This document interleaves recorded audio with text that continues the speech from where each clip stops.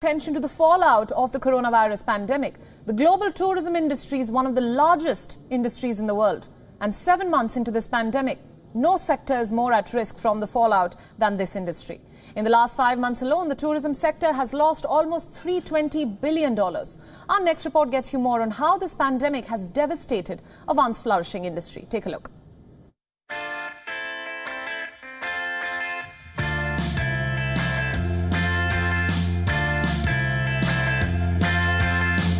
Tourism is the third largest export sector of the global economy. It employs 1 out of 10 people in this world.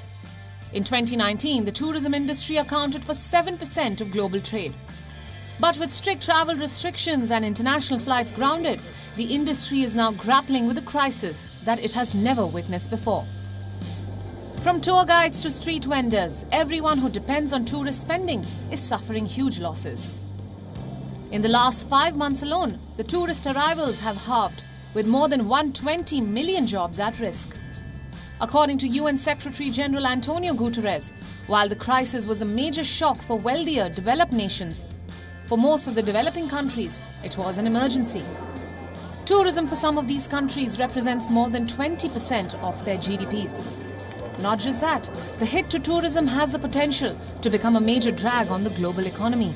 The fall of export revenues from tourism could also reduce the global GDP by 1.5% to 2.8%. According to the UN World Tourism Organization's Chief of Market Intelligence and Competitiveness, Sandra Carvalho, the loss in revenues is 3 times of what was lost during the 2009 global financial crisis. Since mid-March, when most of the countries entered into lockdown periods, we've seen that 100% of destinations worldwide have imposed some kind of travel restrictions. That has translated into a loss of over 50% of international tourists traveling in the first 5 months of this year, which means that in terms of spending, the money that tourists spend when they travel abroad, which is an export sector, we have lost $320 billion US. Just to give you an idea, this is 4 times almost as much as we lost during the whole year of 2009. So what is the way forward for the travel industry?